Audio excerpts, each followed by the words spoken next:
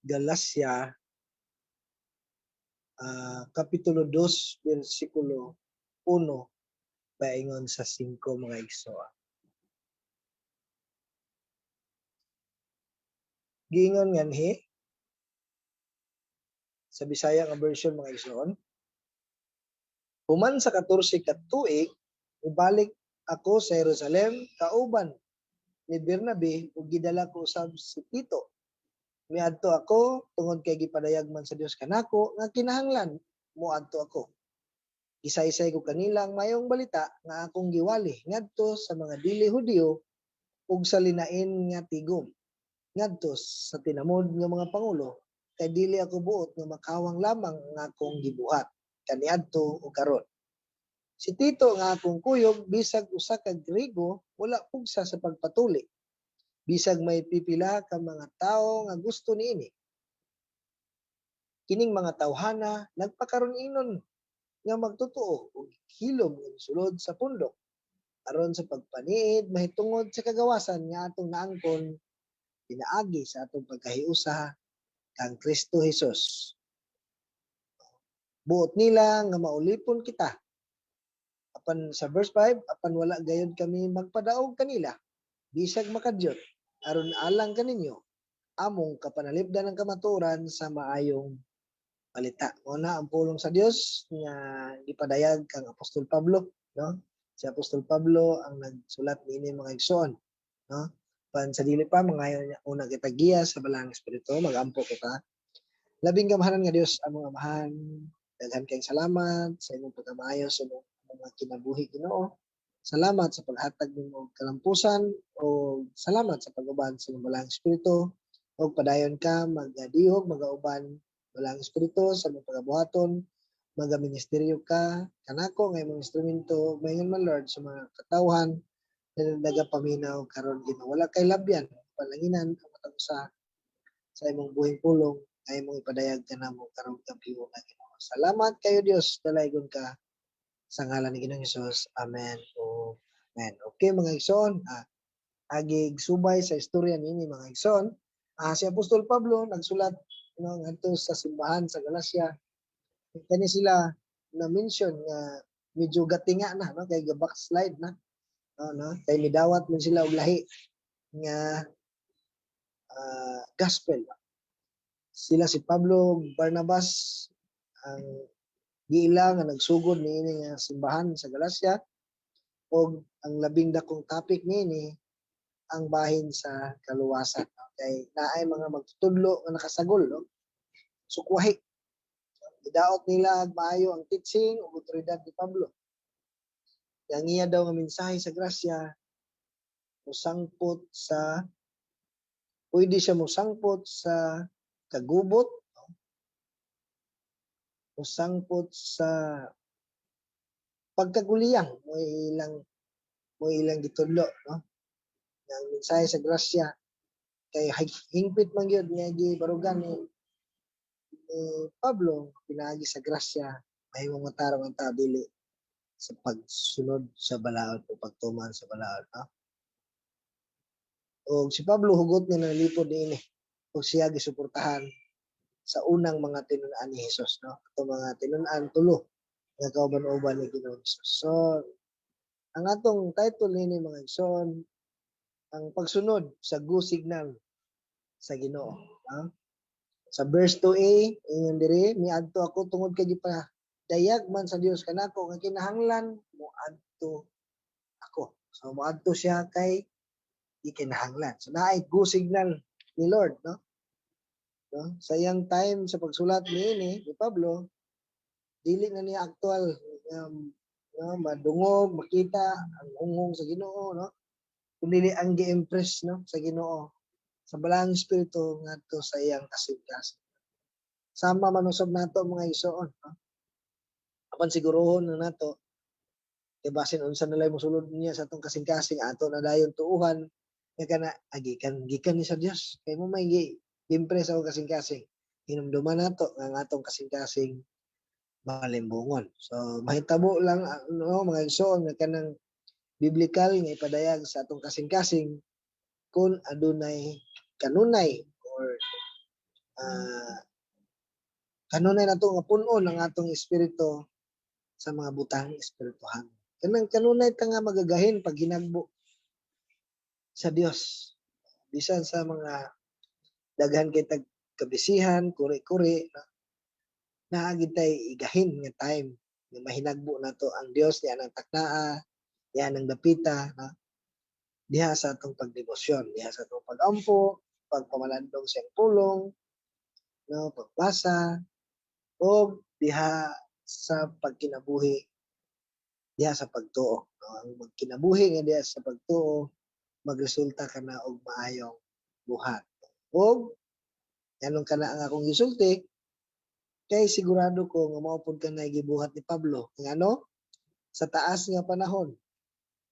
Siya ang giila, sila ni Barnabas ang giila nga nagatukod, una nga sila ang pioneering dito nga church, no? Pero halos naabtan sila og 14 years aya sila nakabalik sa dili ang pagkinabuhi, no, nga puno sa pagpakaron-inon, no, kay magresulta lang sa pagpakaron-inon ra pod nga pwede man siya moingon nga padayogan daw siya sa Dios, nadungog mismo ang Dios, no, ang tingog sa Dios, og dili pud ka naangay paghinambok. Amen mga igsoon, no, nasulti ni Pablo ni tungod sa mga nangdaot niya nga wala daw siya espiritual nga otoridad, wala lang ni gipadayag nga sayon-sayon lang kang Apostol Pablo, kundi naagid ni constant loving communion sa Dios.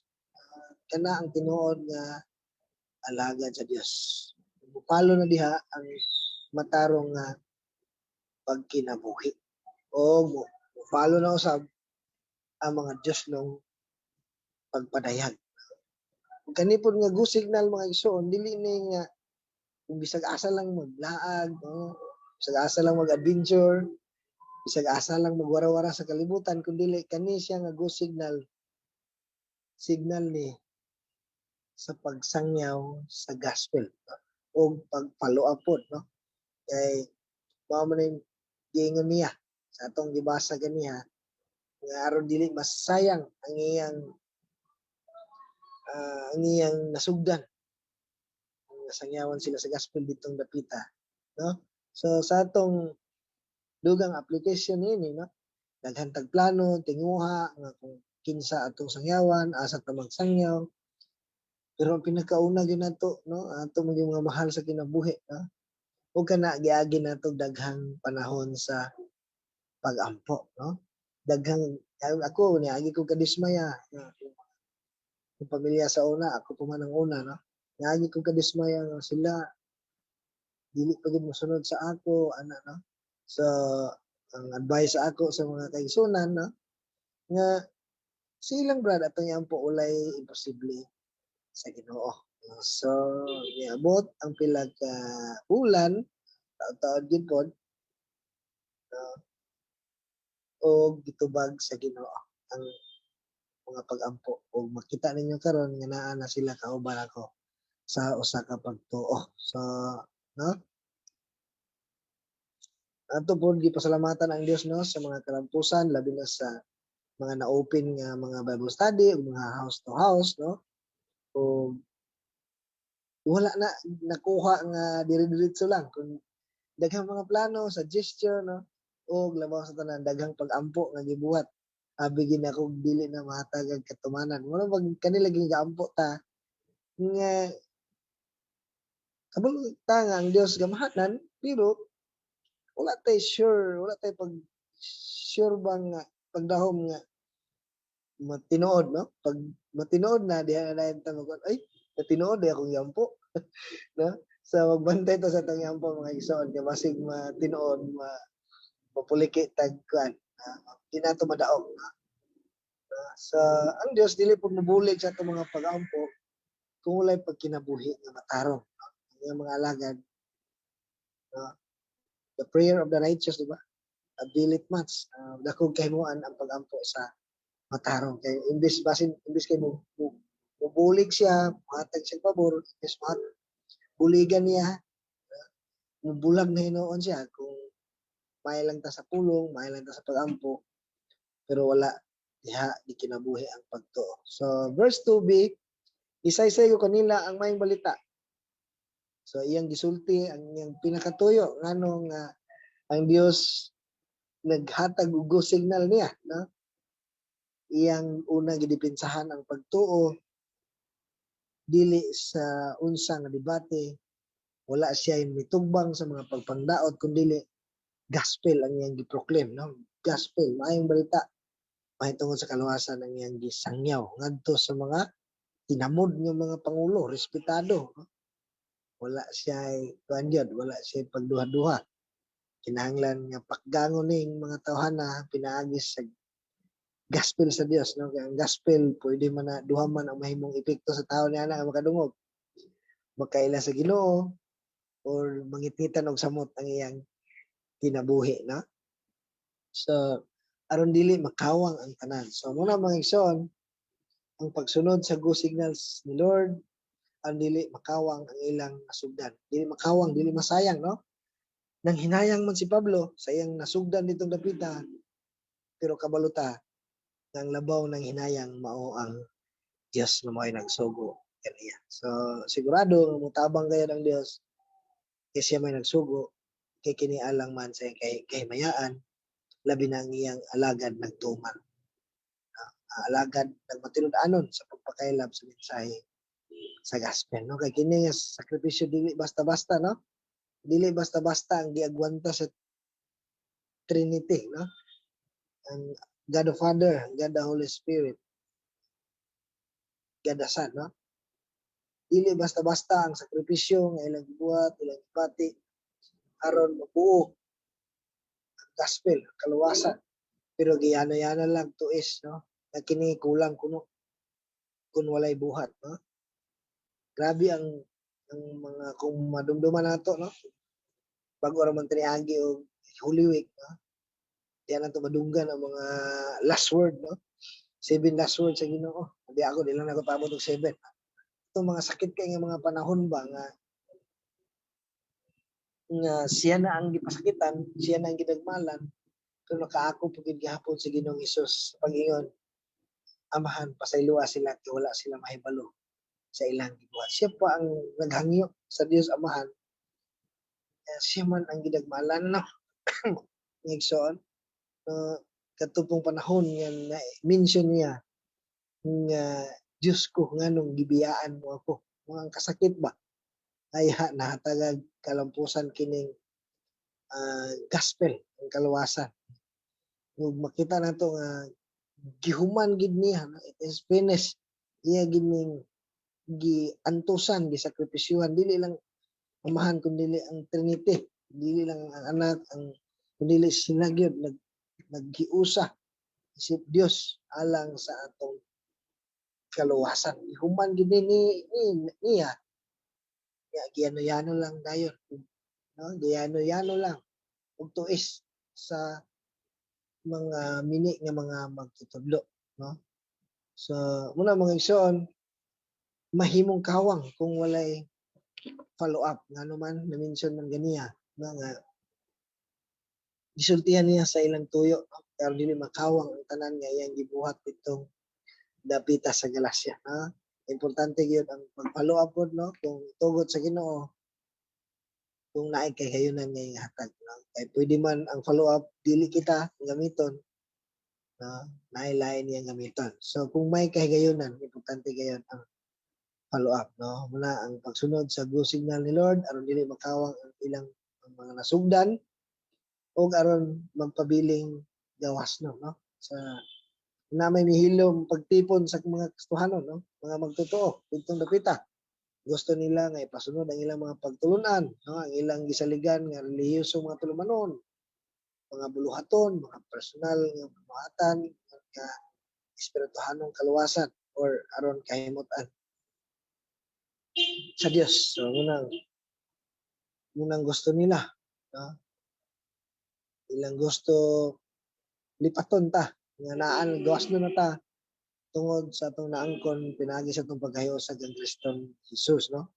Buot pagid nila maulipon tagbalik. Sa verse 5, apan wala gayud kami magpadaog kanila bisag makadyot aron alang kaninyo among kapanalipdan ang kamaturan sa maayong balita. No, si Pablo nagpakita sa daghang higayon nga siya malumo, no, sa atong mabasa masabtan nato nga siya malumo, sinaptunod, mahigugmaon, kapila na ta kadungog nga i-mention niya nga mga kastanon niya gingan nga gihigugma ko kamo pag-ayo, no. Mapailubon apan pag-abot sa kamaturan labi na sa kaluwasan kung dugangan og good work maisugon siyang mibarog, no. Iyang gipanalipdan. Sa Roma 1:16 dili ko ikaulang may balita kay kini maong gahom sa Dios aron pagluwas sa tanan nga motuo, una sa mga Hudyo ingon man sa mga dili Hudyo. Sa una mga igsoon dili nga pwede ibaylo, dili pwede nga pasagdan lang. Andam siya.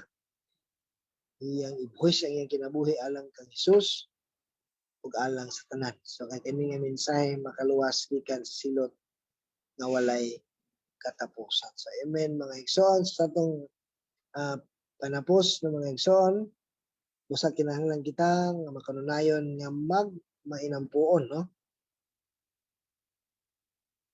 Aron ang Dios magpadayag sa iyang paghatag og go signal, no, sa atong kung asa ta sa igiyan niya sa atong kinabuhi aron asa ta mahimong epektibo nga maghatag impact nga atong kinabuhi, no, ngadto sa mga nakapalibot kanato. So, labi na sa atong pagasangyawan ug andamon ang atong kaugalingon sa pagsunod sa iyang signal, no? Kay kini makatabang aron dili makawang ang maayong katuyuan sa Dios gamit ang atong kinabuhi nga iyang gisugdan ug pagasugdan pa sa uban tawo nga atong pagasangyawan, no? Aron usab dili kita malingla sa uban nga mga sukuhay nga pagtulun-an. Imbis tagaan at kasiguruhan sa kaluwasan, imbis tagaan at kagawasan, no?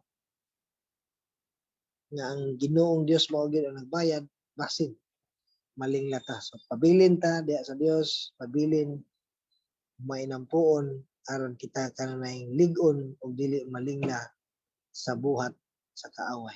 Nalaygon ang Dios sa iyong pulong, magampo ta. Labing gamahan nga Dios, daghan kayong salamat sa imong mensahe nga imong paabot karon, among padayon nga pagampo o Dios nga dili kini molabay nga kawang kanamo. Imo Ginoo Lord God, mahimo kaming mga panalangin. Lord, nga ang pulong nga among nadawat karon, among kining maaplikar sa matag sitwasyon nga among kahinagbo. Lord, uban sa tabang sa imong bala Espiritu Ginoo. Dalaygon ko Dios sa ngalan ni Jesus. Amen. O amen.